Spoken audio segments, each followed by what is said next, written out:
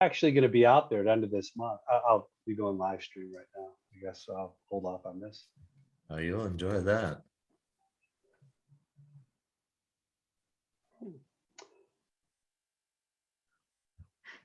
All right, John is muted. We lost Ruth too also. Yeah, Ruth is coming back, I think. We're in trouble if we lose We're in Ruth. trouble. Here we go.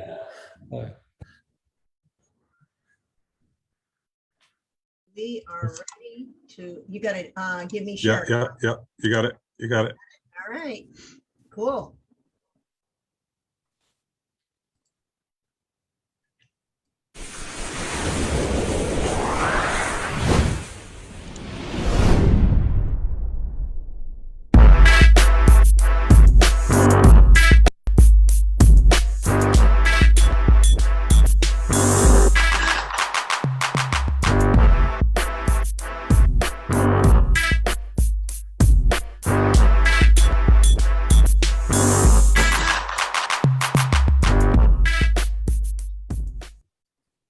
Thanks for joining us today for Master Coaches Wednesday Weekly Buzz and our after show Buzz Reaction. I'm Ruth Nelson, joined by Hall of Famers Mick Haley, Bob Bertucci, and Brian Gimolero, bringing you the most current issues and trends in volleyball. Our weekly news show has leaders in our sport provide their perspective on the questions that are asked, along with the discussions on topics that are current and ones that are affecting all of us. Our news flash. Congratulations and a special shout out to USA Women's Paralympic Volleyball Team for winning another gold medal. Want to stay on top of NIL? Go directly to ncaa.org/NIL and read the interim policy resources and timeline from this website. If you're a high school coach or club coach, please continue to stay up on NIL and the impact on high school sports participation by going to www.nfhs.org. Registration is open for 2021 AVCA convention in Columbus, Ohio, December 15th through the 18th. Jump over to avca.org, save $100 by registering early. Please be sure to continue to reach out to those colleges and universities that need our support during the recovery from Hurricane Ida. Today, our guests will include the college coach of a freshman volleyball player at Aquinas College in Grand Rapids, Michigan.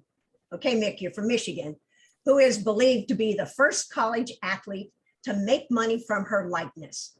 We will hear her story on NIL and how she and her dad developed an app and how her company, Playbooked.com, has opened the doors for all sports and at all levels. So let's head over to Austin, Texas with former Olympic coach Mick Haley, who will introduce our guest today. Mick.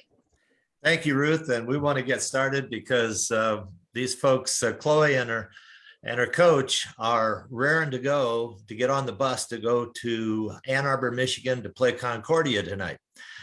We have three folks that we want to bring to you today that, and I'd like to say to our readers, see, I told you so, but we have three folks: Chloe Mitchell, setter from Aquinas Saints volleyball team in Grand Rapids, Michigan; Keith Mitchell, Chloe's dad, and together they both developed the app that Ruth was talking about, Playbooked. And the third guest is Ryan Campbell, who's Chloe's coach at Aquinas College. And as we speak, Chloe and Ryan are, as I said, getting ready to take off. So we want to get into this. The reason for hearing from these three is NIL, name, image, and likeness. And this show has talked about this in three different shows. Chloe is believed to be the first person to benefit from this and really monetize this situation a little bit. But she and her dad have come up with something that a lot of people can use, and we're pretty excited about hearing that. And then Ryan is on here because Ryan's got some interesting observations. As John Cook told us at Nebraska, the same situation. When you call timeout, we want to know from Ryan, does everybody run over, get their phone and call their agent or call their dad and see what new things are happening today on the NIL scope? So we're pretty excited to get you on, Chloe, but I have to ask you a question. When I was at USC coaching, you would come to USC and watch, but you wouldn't watch volleyball. You watched soccer. And evidently you were an accomplished soccer player. And then all at once you take up volleyball from a sport that you never used your hands, only your feet, and now you're a setter. So tell me a little bit about that real quick, and then I want to hear your story. Of course. Well, Mick, when I first hopped on the phone with you and we just kind of started talking about MasterCoaches and what you guys were doing, I knew that you were a coach at USC for a long, long time. And I was like, oh my goodness, that was when I lived in Southern California and I was an avid soccer player. I was totally playing the wrong sport. I was going to the school, watching the wrong games. And lo and behold, now I play volleyball in college. So I just thought that was super funny. Great change. You're right on it, girl. But Right. tell us about your story. How did you get into this? You know, Ruth and Brian and Bob and I, we have talked to a lot of Division I coaches who think this is not going to amount to much for the women volleyball players across the country. And yet here's Aquinas, NAIA school that's battling every year to be in the tournament and try to win. What's happening and how did you get into this? Yeah, so it all began when I was actually a senior in high school. So right before I came to Aquinas, Ryan had gotten me on campus and I had verbally committed. Now super excited to go to Aquinas. Couldn't wait to be a college volleyball player. Dreamed of being that all throughout high school and in middle school. And I'd committed and I started to post videos on an app called TikTok. And as that kind of snowballed, and it was during the pandemic, brands started to reach out and they wanted to pay me. So they wanted to, give me endorsement money for me endorsing their brand. And I was all for it. It was great. But I was also a little wary of it because of the fact that I was about to be a collegiate volleyball player and that could affect my eligibility. So Can you give us, sorry to interrupt, but can you give us an idea when you said they started to pay you? Are you talking about $10? You talking about $100? You talking about $1,000? Just give us an idea. You don't have to tell us any secrets, but give us an idea of what kind of money we're talking about. No, I'm an open book, I'll tell you. So my first ever brand deal was about $3,000. So that's great money. That's more than I made in a summer working at my old shave ice place in Grand Haven, Michigan. So I was seeing money that I'd never seen before. And this was one of my smaller deals. So like I said, it was great money. I am paying for my college, I'm paying for my car, etc. And I went to my dad, who is also a former football player at U of M, go Blue. And I was like, Dad, what am I going to do? I'm really scared about losing my eligibility. I don't want to make Ryan mad. So my dad told me, Chloe, hold tight. Legislation is changing quick. And while this legislation is changing, let's talk about my idea. And so my dad and I kind of, we talked about it and we figured out we need to create Playbooked. There was a problem, we created a solution, and that solution was Playbooked. And so I finally got to start playing volleyball. And as long as I wasn't mentioning that I was a collegiate volleyball player, I wouldn't lose my eligibility with the NAIA. So eventually in October, when the legislation finally passed, I remember exactly where I was too. I was actually in our dorm parking lot, which is like right down here. My dad called me, he's like, Chloe, it was right after practice, so I'm all sweaty. Chloe, the legislation finally passed. I'm like, what? It was pretty much a big surprise. Just thinking the NAIA had beat the NCAA to the punch was just mind-blowing in and of itself. And so I was sitting there and I'm like, oh my goodness. And he's like, yeah. I'm like, oh, okay, we need to get Playbooked involved.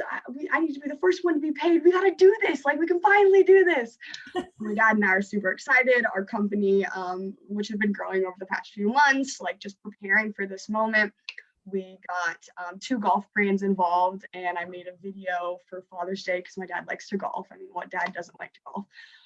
And so I made a video about those golf products with my dad, and lo and behold, Playbooked paid me, and I was the first ever athlete to be paid in history.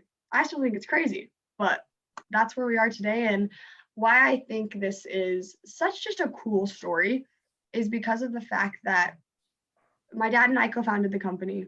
I was able to kind of pre-approve the model on how to get paid from Playbook's side, Playbook's point of view. And on top of that, after that, we started to pay NAIA athletes before NCAA athletes because that legislation hadn't passed yet. So we were able to create a model that was really effective on the NAIA level so that when this summer, the NIL legislation passed at the NCAA level, we already knew what we were doing. We were just like, okay, NCAA athletes, jump on the train. We have all these brands, we have all these deals. Let's get you paid. Let's put money in your pockets. And look at our track record. We've been getting athletes paid for months and months and months, and nobody else has been doing that. So that's where we are today. Gotten hundreds and thousands of athletes paid, and it's been a really cool experience. Well, that's pretty good. Brian, there's some other factors here, though. You've got a question or two that you want to ask.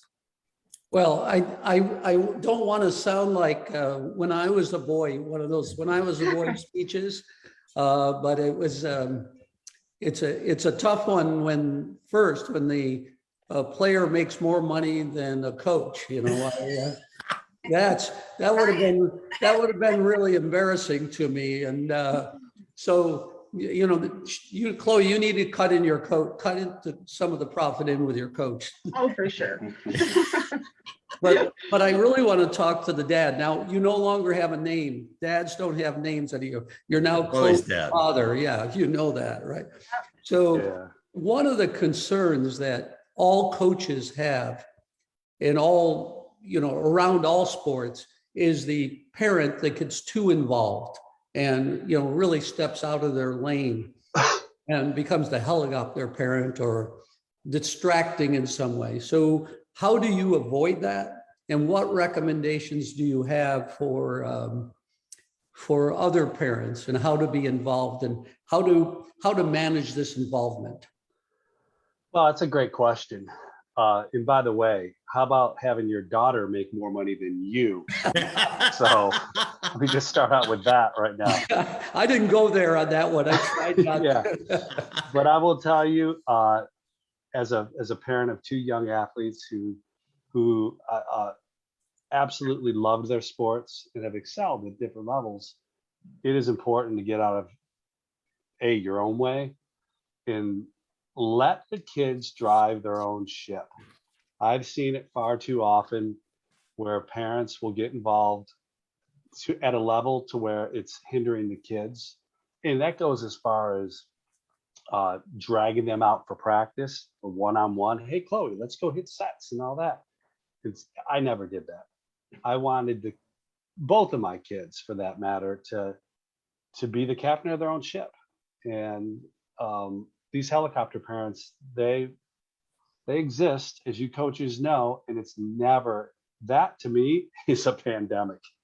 I mean, it truly is ridiculous. And Chloe will tell you, ever since they were kids, I would step off at every game and match and sit alone on the side for two reasons. One, I can't stand when a kid is playing and after every play they look up to try to find their parents. Never wanted them to be able to find me. And two, I didn't really want to hear that parents complain. And let's be honest here. At the end of the day, until you get to the collegiate level, these kids are out there to have fun and to grow and to mature and to learn everything outside of the sport that they will being a teammate. So my advice to all parents are just get out of the way. I'd love to see you and on your website and where the way you're talking, and what I think it would really be a benefit. I don't think the parents who need to hear it will hear it, but once they get on your site, a message from you, I think could be very valuable and I'm talking about for the kids. Get the pressure off the parent who gets the pressure off the player. And it'd be a great thing for all of us to hear, Yeah, which is interesting with the name, image, likeness. I've been getting this question quite a bit. Are you adding more pressure to these kids now to make money? And the answer to that is, in some regards, yeah, but life is full of pressure. And these kids can only take advantage of this at a level where they want to actually really take advantage of it or not at all. But that pressure thing is a really interesting word in this whole name, image, likeness arena. Right. We can unpack that more a little later. And what I see that's very important for the message you're giving is that we keep a distance, and pressure is real. But the statement you made that I thought was remarkable is how the players can learn so much outside of volleyball, playing volleyball. No And doubt. so the idea that they can use that to help deal with the pressure is a key. I mean, it's what sport is really about. But anyway, thank you. And I want to turn it over to Bob. All right, Bob. Thanks, Brian. Actually, I got a couple of questions for Ryan, but Chloe, you can jump in here with him anytime to help out, because it's really kind of, based on NIL and how it, how does that affect, the team? I mean, we already know that it affects it because you just told us when you were getting onto the show, hey, we're going to hold the bus up for a few minutes so we can complete the show. Right?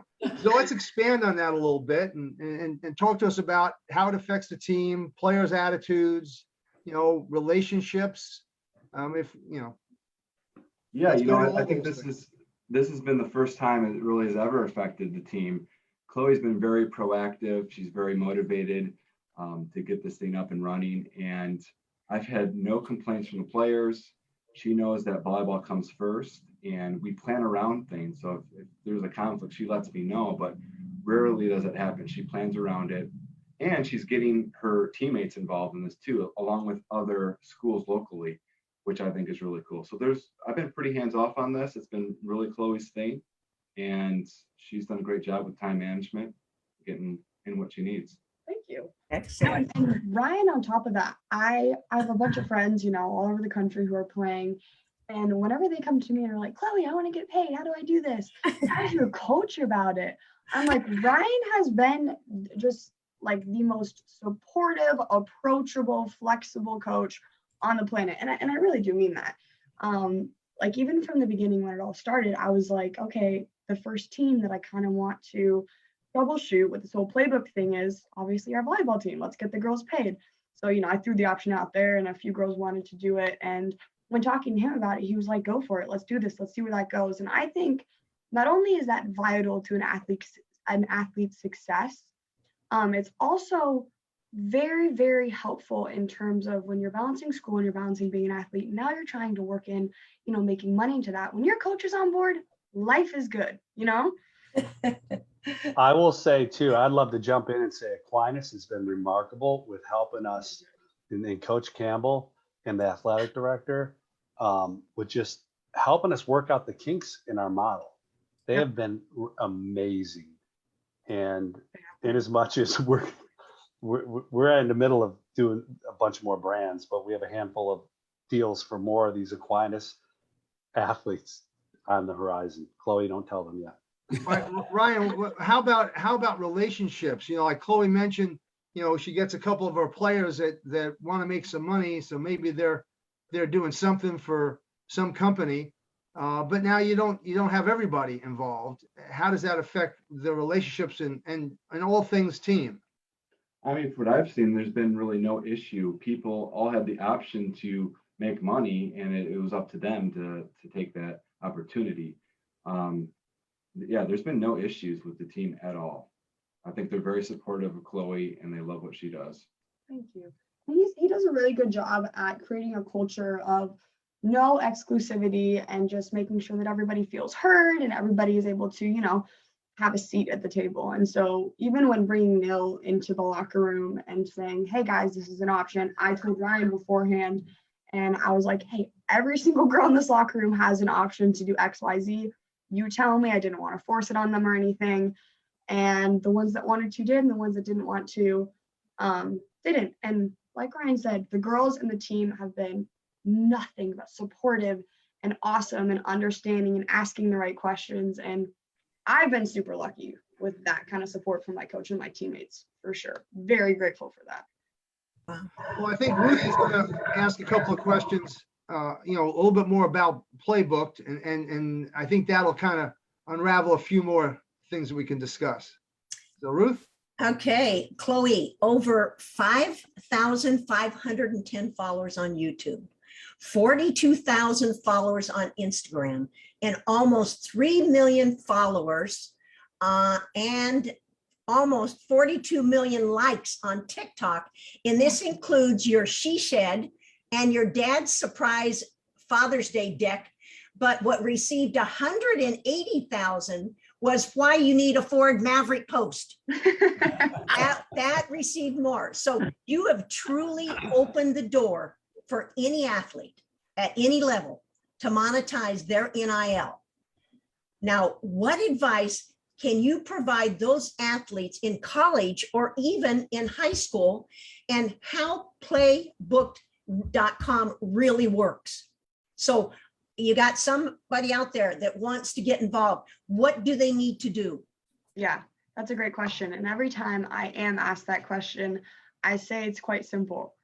All you have to do is create your own brand. Chloe, what does that mean? What do you mean create your own brand? It's kind of a blanket statement. Well, you just got to be yourself, and you got to put yourself out there. Not everybody, not every athlete likes to be on camera and likes to talk and likes to be vocal.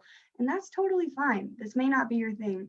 But when it comes to digital endorsements and brand deals, Playbook is simply there to be a connector. It's to connect fans, brands, and small businesses and make your life as an athlete easier. So you create your own brand, you come to Playbook, which again, create your own brand simply means be yourself on camera and the following will come to you. Get signed up with Playbook and allow us to help you connect to the connections that you need to be connected to. It's really that simple. Does it cost you to get on playbook.com? Nope, completely free. It's free. Completely free. Yep. So our app will launch in hopefully, well, it's getting submitted to the App Store this week, and everything will be automated. Right. Everybody can download the app, create your profile, upload an intro video, and then there is a menu of items. And our brands will log in, which the menu of items are a video shout out, a video chat, personal appearance, and a brand endorsement. Now, the brand endorsement, the brands can log in with the campaign, and it's all automated. They can say, I want 100 athletes with these amount of followers in these states, and our algorithm will kick it to them, and the brands can pick who they want. Right now, we are hand-picking people ourselves. So ostensibly, the athlete doesn't have to do anything but create a profile. Right. And furthermore, the video shout outs and the video chats, those are going to be far more effective than the brands. This is my opinion. And I've been getting a lot of pushback. Okay, Simply Chloe, because, yeah. go ahead. No, go ahead and finish. Sorry. Chloe, tell the story about how you would use the video chats. Oh, this is something that I wished I had during the recruiting process. Is okay for two reasons. First thing, when I was going on all my college visits and meeting all these coaches and meeting these players that, you know, are trained to say, hey, I love the school. This is what we do here. It's great. I wish that I could have gone on an app like Playbook and looked up an alumni at, say, Aquinas and been like, hey, seriously, is Ryan a good coach? Is he scary? You know, and been able to talk, really to talk to an alumni and be like, am I hearing the right stuff from these girls? Like, this alumni has nothing to lose. I'll pay you $10 and tell me everything before I commit the next 4 years of my life to the school. And secondly, I would have loved to have this feature because for so long, I mean, I'm an overachiever, not really, but I'm more of a perfectionist, right? And I like to kind of overkill. So I'd be looking up great ways to ask coaches questions, how to word things the right way, to like what to wear to like recruiting visits and stuff. And I'd find one article on Google. It'd be kind of like, I don't really like it, but I would have paid a player that plays collegiate volleyball $10 to tell me what questions they ask, what to wear, and what parent to bring. You know what I mean? So those are two features that I know that a lot of people are going to love about Playbook. Okay, so I've got to ask you, take a look at this picture. I went based on, I noticed that Twitter, you don't really use, okay? Yeah. Then I saw Instagram, then YouTube, you get your following, and TikTok, you've obviously got tons. Yeah. For those athletes out there, where and how did you decide where to spend your time on the social media? I decided to go with TikTok, quite honestly, in a very random way, and it just so happened to pick up traction. But it's all about being comfortable with where you're putting yourself out there. So if you're more comfortable in the form of a photo, go to Instagram. If you like talking on camera, go to TikTok. And if you like long vlog style videos, go to YouTube. Wherever you're comfortable, start there and let your brand grow. Okay, that's excellent. All right, so do you have any other things, Ryan, you or Chloe's dad, or Chloe, that you would like to close out, because we're getting close to our time. We have about 2 minutes left. Well, Dad, you want to take this one away? Yeah, I mean, the funny thing is, I get asked this question a lot, and these kids want to know how to build their brands. And I am very bullish on saying, you're not building a brand. That implies you're a product. And athletes are not products, they're human beings. I always say, create a legacy, make connections with alumni, businesses. So when you graduate, you will be positioned to go out in the workforce and you'll make a little money. At the end of the day, we're not creating millionaires here. We're creating an opportunity for people to connect and meet, and hopefully that pays off down the road. All these other companies that are popping up in the NIL space are using this. We're going to help build your brand, build your brand. And that just drives me nuts because these kids are not brands. They're not products. They're people. And if they have fun with this, they can make some pizza money for the weekend. And there will Okay. be a few that will make six figures and above. We've already gotten a few people paid. So I'm kind of excited where this is going. It's the open space, and not to mention my co-founder Chloe is just a rock star, and she. Stop it. Okay, Chloe, what's your last statement? You know, I could tell your dad could be on the show for 30 minutes. So we're going to go back to you. What is your most excitement about the match today? Because your coach is holding the bus.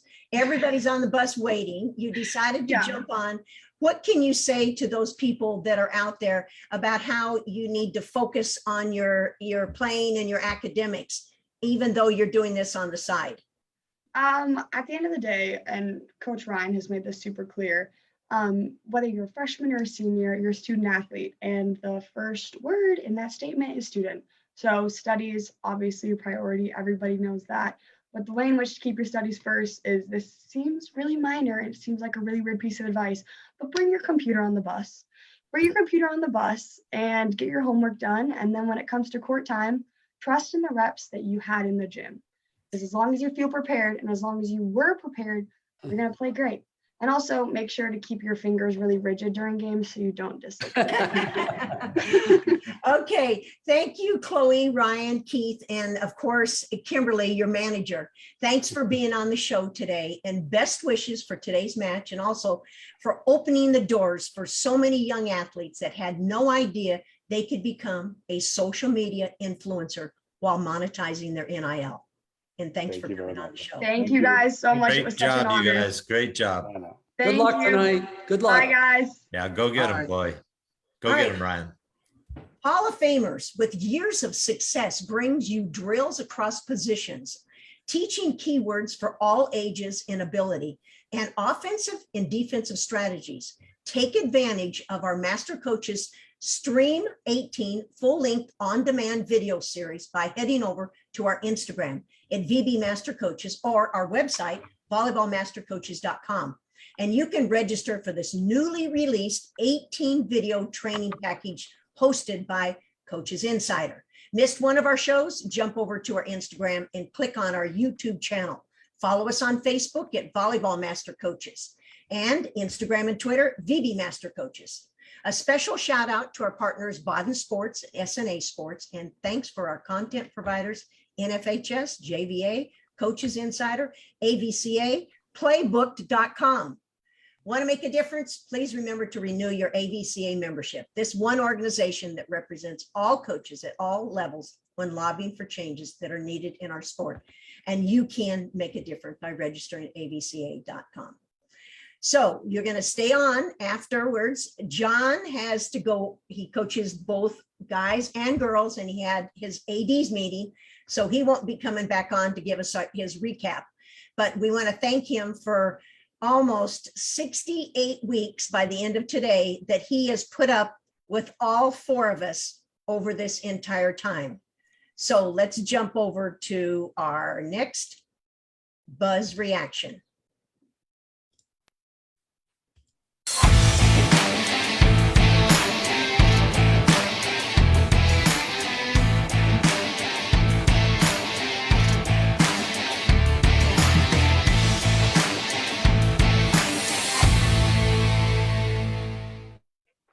Wow, for those joining us for Buzz Reaction for the first time, today we will begin with our Master Coaches recap on today's Buzz. and also address what we think about setters and setting in today's game. Master coaches, are you ready for the reaction from today's buzz? Yes, Ready to go. All right, let's go. Who's going first? I want to go first. I want to say that it's one of the first times we've ever let Ruth have enough time to speak. And who knew how good she was? I mean, we had no idea that Ruth had so many good questions. You should go first, or we should always let you go. We got to let you have enough time because your interview was much better than mine for sure. And I think we got to figure out a way to get you some time. Who knew? Who knew? Well, thank you for the, Brian's kissing up right now. I 'cause he know, wants I more know. time. Yeah. He doesn't want you mute in the middle. Yeah, she's going to mute me if I don't. I know. he's gonna ask me to do something. That's why he's buttering me up. There's no doubt about that. God, I didn't know I was that transparent, but You are. you really were amazing. That was a great interview. Well, guess what? It was easy to ask questions because Chloe is a very good describer of what she said. You got to be whatever you want to be. And it's obvious that she's good in front of the camera because you have to go watch her she shed. Yeah. That was her first thing that she did, which was over 100,000 likes. Well, the other thing I thought is that, what's wrong with these kids today? The youth of today is a mess, right? And then you see Chloe and you realize that's a joke because there's so many, she's amazing. And it really bodes well for the kids today and the volleyball players and the women that play this game. And she's truly remarkable. And her coach. Oh, our coach is great. And so is her dad. Ryan's got to be pretty flexible because, I can't imagine having a whole team full of athletes that are all involved in this NIL, to the max, and how that's going to work. Right. I mean, it's going to definitely create conflicts eventually, I think. In the Well, meantime, and- it all makes a little money. Yeah, and it's not, I went back and looked at the box score of each one of their games, okay, of Aquinas's games. Chloe had 52 assists in the first or second match of the season. Then they went to a 6-2, it looks like, because there were even assists for a while. And then all at once, Chloe didn't play in a match. Another kid got 58 assists. And now I was going to ask Ryan who is starting tonight, but I thought that wouldn't be appropriate on the air. But think about this. You're managing lineups. You're trying to get the best group out there. You've got these other issues to work with. You've got how the kids feel. Everybody wants to obviously make some money. I think, Bob, you had a really good question. I think they kind of skirted that a little bit, but you don't want to cause any problems on your team, and I certainly wouldn't have wanted to. So I think this is a hard issue. The best part is you can make money. Women volleyball players can make money with their sport if they At any level. Yeah, at any level. I mean, listen, I'll bet you're going to see some 6-year-olds cashing in here because of the way they can do things. And probably people are going to say, well, you're using them to make funds, but I think there's a lot of money to be made. I thought the NIL was going to be that way. And I don't know how you guys feel. I'll just throw this out here. I went to a volleyball match last night and I watched this team for 2 or 3 years now. And it just seems like nothing gets better. The same problems occur. And I think coaches are either hamstrung with all this external stuff, or they don't want to teach anymore, because it should be reasonable to expect that techniques or different parts of the game would get better with the same players over the course of 1, 2, or 3 years. And I just don't see that happening. And that's my rant for today. And I wonder, using NIL as one thing, all of these other distractions of your iPhones, your computers, all of those things, are we ever going to get back to really coaching volleyball? Wow. That's a good point. I mean, I just think there's there's so many distractions that these athletes have right now. This is just another distraction they're going to have. Now, granted, it's going to help a number of people if they're able to make some money, because, none of us used to like when we were in poverty all the time as a college athlete. We didn't complain too much, though. Oh, yeah, that's right. We didn't complain that it took us 10 years to pay for our college education afterwards. Yeah. We Yeah. didn't As long as we complain. got to play, we were in hog heaven, right? Well, it'd be a good thing if they're able to, not have 10 years of loans to pay afterwards, because they were able to make some money while they were an athlete. I would like to really dive into how to do this. I mean, without it negatively impacting your academics, your athletics. I knew that's where you were going when you were asked the question. You wanted her to tell you exactly how to do it, what companies you need to get involved with, and where you should go, because I could see the dollar signs lighting up in your eyes. The heck with the kids. I think MasterCoaches sign up with her, and we should get the endorsements as the MasterCoaches. Where do we sign? Can we get on her app and see who will pay us? Well, I can say this, that she posted on all 4 of her social media. Playbooked.com posted on 2 of their social media. And with that in mind, think of how many guests we've had, okay, over 90. How many have put the effort that she has put in to posting, and yes, she could benefit, but I almost think it's not a distraction. I think it should be an attraction, because she was trying to engage her entire team. Now, if some people don't want to do it, there shouldn't be any problem on the team as far as dynamics, or if you want to call it culture. But I don't think that's necessarily the same. Okay, I didn't realize until I went to an NIA that they got unlimited substitutions, and they got 22 to 25 people on their roster. So I think at an NIA school, it really does open up a door, because I think it could be anybody. It doesn't have to be the starters. Yeah. I tell you what, if I was at a Division I Power 5, I'd be doing the same thing, whether I'm at NAIA or wherever. No, absolutely. But I would be think, doing this. but up until today, all the focus has been on D1. Whether it's gymnastics, the player at LSU, who is a 6-figure, but it's been D1 and the best athletes. And I think that she has opened that door, that anybody who wants to spend, it's like anything else. You want to spend a little bit of time, you get this in benefit. If you want to spend a lot more time, you get this. And if you want to really spend a lot of time, you're going to get this.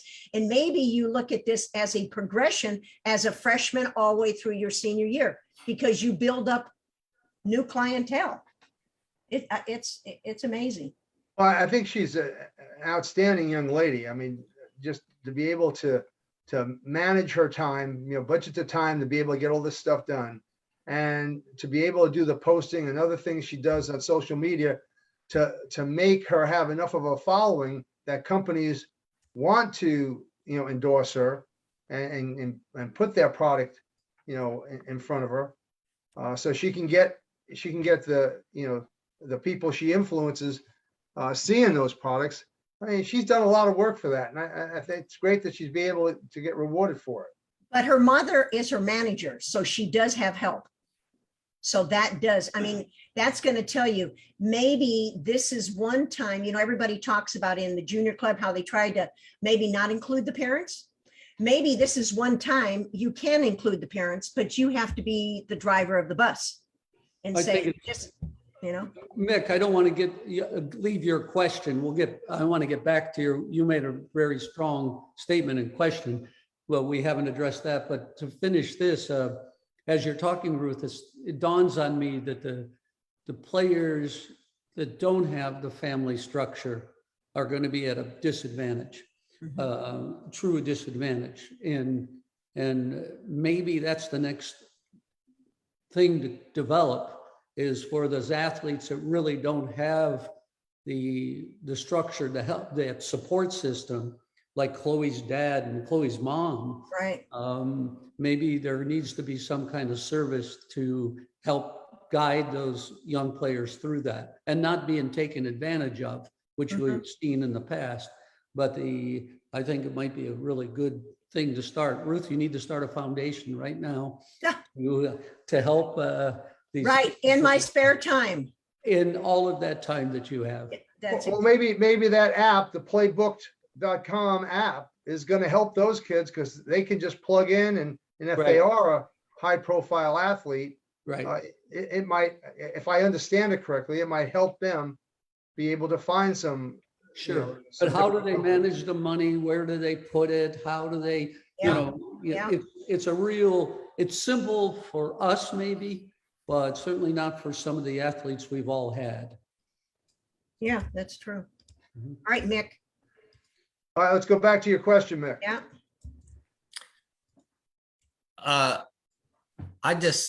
I just have this feeling that I have several feelings. I had a number of feelings last night. I was driving home from a match and I was thinking, how do you hire your coaching staff? Do you hire them to recruit? Do you hire them to do paperwork? Or do you hire them to be teachers in the gym? That was one of the things I had. Secondly, when you see obviously an out of system play, I saw this one young lady who was a setter, watched her for 3 years, and she still runs to the ball and then slows down and bump sets. So you're out of system the whole time instead of going athletically into the air and taking that ball and directing the offense. Those kinds of things just bother me. They don't bother me when I see a inexperienced kid do that. I want to see the changes. What coaches in the country do you remember that their teams got better every year? The same players, but they got better every year. They just didn't pick up transfers. They didn't pick up foreign kids. They took their kids and they made them better every year. I go back to Linda Dollar, way back to Southwest Missouri State, and every year her players got better, and you didn't want to play them.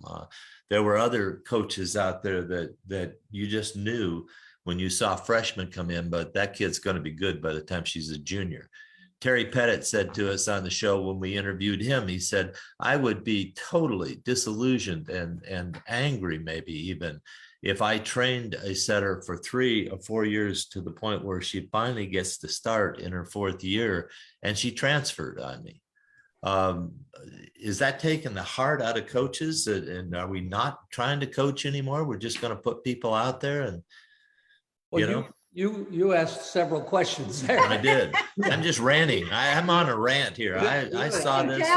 We all feel the same. Your first statement was, you looked at the game and it's not getting better. I'm really, really disappointed in the game. We started to make some changes years ago and then it fell off. I think that if this was football or basketball, all the coaches would be fired because there's no creativity, there's no innovation, there's nothing there. Looking at some computers, that people are getting better at looking at the computers and some tactical analysis, but the game itself isn't changing. To answer a second one of your question, in my opinion, is that especially in volleyball, maybe in basketball, maybe in football, but no other sports, coaches are hired for their ability to manage their team and not to really coach. It's just keep everything calm and simple and the fewest number of complaints possible. But the idea of a volleyball coach being able to really be free to coach, I think is a far cry from what's happening. That's just my opinion of a couple of your questions. Well, don't you think it can start at the junior level? Because, you can get better by playing, but you can get much better by training so that you do get much better when you play. Well, there's no question about that. I see now people are trying to run systems. They're trying to run these really fast systems. And I approve. I like the fast system, but they're not going to work if you don't teach the techniques to go with it. and you have to understand the system and have the kids prepared. I've just seen in the last 2 or 3 weeks, I've watched too much volleyball, obviously. But you know, if you just look at what's going on, I even watched Alabama play Kennesaw State last night on TV. I must have been really bored, but I wanted to see what that level is doing with their athletes. And you know, there are some coaches that are really doing some good things, and then there's some people that their team looks the same every year. You know, Do you think coaches want to do the work? I mean, the amount of work to do, I mean, I always thought that the whole idea was to show that players improved. I mean, that was your job. And I remember, you know, people would say, you know, we would do footwork on passing for 25 minutes, you know. We would do, you know, exact stuff every play, every rep for every minute for 3 hours every day. I don't know if anybody is willing to do that today. I don't know. You know, Kathy DeBoer told me that Rick Pitino, when she was at Kentucky coaching, she got to observe Rick Pitino, and he would have individual practices, and the reputation he had with the basketball coaches was that those kids got better, their footwork got better, that sort of thing. And he would take 3 coaches and an athlete, and they would go for 1 hour 2 mornings or 3 mornings a week, and they would do nothing but work on a drop step or a crossover or whatever with the ball, and it would be unbelievably tedious for the assistant coaches, because you know, you have 15 guys on a men's basketball team, and you're giving each one of them an hour individual lesson twice a week. Those coaches almost died. He said, if you can make it 3 years with me as an assistant coach, you can be a great head coach. And his players always got better. And she said, the other thing she says, when they went to team practice, never was any individual training. It was all 6-on-6 or 5-on-5, and they were always working on the systems work and that sort of thing. They got better with the individual training, and they got better as a team with the team training. Do you remember when we were so limited in spring practice, you know, a few hours a day here and there, and not the individuals, but the thing. I recruited one player, and my assistant, while we were recruiting her, said, "You really want this girl?" We watched her all day. She was a middle blocker, and she never touched a ball. She didn't block one. She didn't hit one. And I said, but I liked her. I liked how hard she's working. So her first spring practice, because she didn't touch a ball on purpose. All we did was footwork on blocking, footwork on transition, footwork on approaching, over and over, not just footwork, but her body position and all that. And she did it every day. Can you imagine a kid doing that today? She went on to be an All-American. She went on to be a national championship player, and she went on to the national team. But we spent a spring.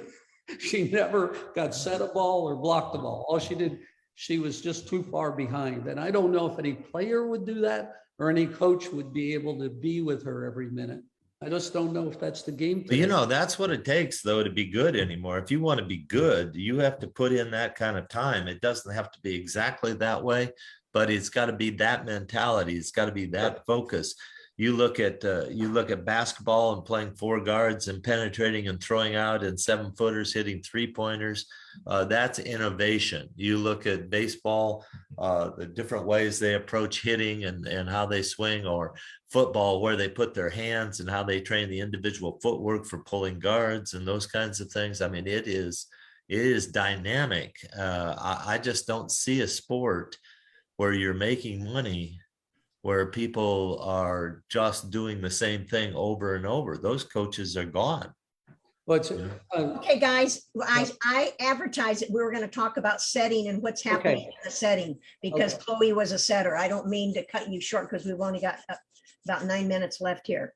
Well, that'll get me going even more. Well, no, okay, so that means we're going to start with Bob. Well, that'll fit in right with what Mick's talking about. And it's just specializing on the setter. I mean, 100 years ago, you know, I did an article in Volleyball Magazine. 100. The setter is the quarterback of volleyball. Yeah. Yeah. You know, and I think, you know, Chloe looks like he has a perfect personality for that quarterback position. And she's athletic in some of the shots that you saw that we posted, you know, when you look at this action shot of her setting, you know, let me just, How do you play two sports? The one, you don't use your hands, and the other, you don't use your feet that much to play the ball. You know, that's amazing to me. The answer to that is when your feet are so good and your balance are so good from the other sport, it's easy to use your upper body, you know? There you go. There you go. Yeah. So let's talk a little bit about footwork and setting. Yeah, here's the biggest one coming out. So how many of you guys teach left-right finish on the setting? Okay, the setter gets to the ball, they put their feet down. Usually the left foot is slightly behind the right foot. Men seem to be teaching right-left and taking the ball over the outside shoulder and then taking it and moving it in. You're a men's coach, Bob. How do you react to that? And have you seen that? I honestly can't say I've seen that. Well, I think get it's that more, from- I wonder if it's just not the athletes just doing what they're doing. well, maybe. Yeah. Maybe. Who was it, Brian, that you were talking about shooting a jump shot? And I think your statement was, yeah, everybody shoots a jump shot a little bit differently now in the pros, but they were all taught the same when they started. Was that you, or was that somebody else I was talking to? I generally forget what I say, so it could have been me. okay, so we say we start everybody in every skill teaching certain specific things, and then they end up developing their own style. Now, younger players say, well, Ruth, this is my style. I said, no, that's a bad habit. So, you know, you have to figure out what that style is. I mean, Well, I don't now think you're in I- trouble because you said no to somebody. well, guess what? I'm selecting the ones I'm training, so it doesn't matter. Go to technique about setting. I think what I see is that basically people are right-handed and they lose balance as soon as they move because they step with their right. The use of the left in any direction is a key, whether it be a short step or a long step or a side step or a back step. The left foot is the key to be able to then balance up and be balanced for the set. But I think what you're saying, the left foot, no matter what length it is the first step. Interesting. In all directions. In all directions, you're saying. Yeah, all directions, back, side, front, or long or short. How did you come to that conclusion? Because you can balance. It's if you step with your right away, you're off balance, because then you can't bringing your left back. You soon as you step, then even if it's a short distance, then you're off balance. You're not in you're too wide. Okay? Are you left-handed? I'm left-handed. Yeah, I figured. Okay. Okay. All right. So a lot of That people. wasn't the reason, though. That wasn't the reason. Yeah, but they teach the right left as you're setting. They don't teach it before. That's crazy. The left has to get to the ball and the right has to balance, or you're never going to be under the ball. You're never going to be under the ball. When Yeah, you line of force is what I see missing. Step with your right, you're going to be forward. There's no way you can step with your right without being leaning or not get under the ball. Because most setters' line of force is straight up and not on an angle. Yeah, and the problem is they're leaning every time. Every time. Coach, I'm under the ball. Yeah, okay. No, but you didn't let the ball come down. You reached for it, and now you're wondering why you can't set it outside. Yeah. By the way, I do want to say something about setting is it's not creative at all. No, it's not creative at all. I mean, it's pedestrian at best. I mean, they're really good at getting the ball to hitters and all that, but there's no creativity. There's no Magic Johnsons. You know, there's nobody who is faking anybody out. You either beat them, you know, the ball is faster, so it beats a player, or it doesn't. And that's the only thing that works. There needs to be creativity. There needs to be the no-look pass from the setter. Setter needs to be able to jump, hold the ball, and then set it quickly, or set it quickly right away, or deceive from front to back, or all kinds of things, but the basic technique is not good enough to do it. And the last thing I want to say is, how bad is offense? What sport, name a sport that 3 defenders line up and 3 offensive players run right at them? Name a sport where left side hitter runs to the left side block, the right side blocker, middle, right against left. What sport does that? Can you imagine a football player only running to where the defensive player is? Can you imagine? Well, where I see that, and this kind of goes back to the point that Mick was making. I think the game has gotten better at the highest levels. I mean, if you're watching the men's Olympic play, I mean, you had 5 guys in the offense. I mean, they were actually starting to bring back combination plays using the back row and the front row. And I thought that was pretty creative. And I thought they were executing it really well. Now, I don't think that has filtered down to the collegiate level yet. But I think you're right in that at the junior level, all right, because the teaching's not going on there, it's just going to take longer because it's going to be eventually copied. I think it has developed in the men's collegiate game too. A lot of that is being copied, but I really wasn't referring to the men's game. I was really referring to women's. Right. But also, by the way, when I saw the Pepperdine player a few years ago and the Hawaii player a couple of years ago lead the nation in hitting percentage, and they hit exclusively off one leg. Why aren't the men doing that?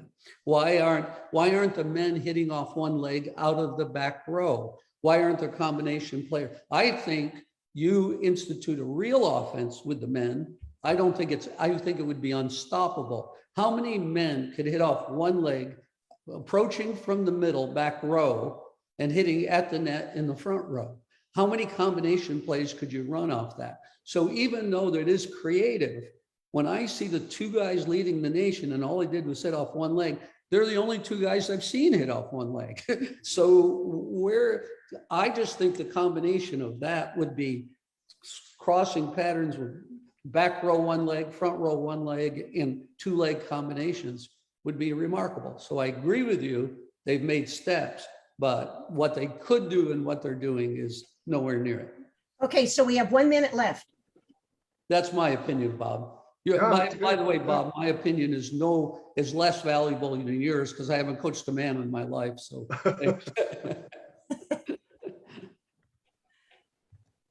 Okay. What are you going to do with that 1 minute, Ruth? Well, Ruth, you do it. I can say something based on being a former setter on the national team. Okay. And that exposed to Moo Park first, which was whoever yelled the loudest. I realized that after my second match when we played in Mexico, whoever yelled the loudest got the set, which I didn't know. That's when Laurel, myself, and Beth, we were all setters. And the system was basically A, B, and C. But I had come from a system with Jim Coleman, which was 7 points across the court. Then it changed because there wasn't enough numbers behind the setter. So then it went to a 9-point system. And then I went to Ari, which now it began your A's, B's, and C's, and the offense went in and the offense was spread out. And you did combinations and you had what you would consider a BIC, but you had every single slot coming from the backcourt. So that's my theory on setting, because I just think that many times I don't think coaches realize that their hitters can hit other sets. So if you're a middle, you may not be a good slide hitter. So you don't say you can't play middle unless you can hit a slide. Maybe you can hit a quick back set, which is harder to block than the quick front set. Hey, I've already took my 40 seconds and our time is up.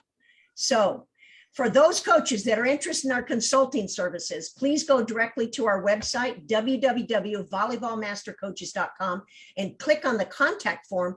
And we look forward to customizing an in-person or virtual clinic for you. A very special shout out to over 90 guests who have shared their insights with us over the past 68 weeks. 2021 AVCA convention in Columbus, Ohio. Save that $100 and go to avcaconvention.org today. Be sure to tell your friends about our weekly news show, because we are the #1 news show in the world for volleyball. Thanks for joining us today, and see you next week on The Buzz.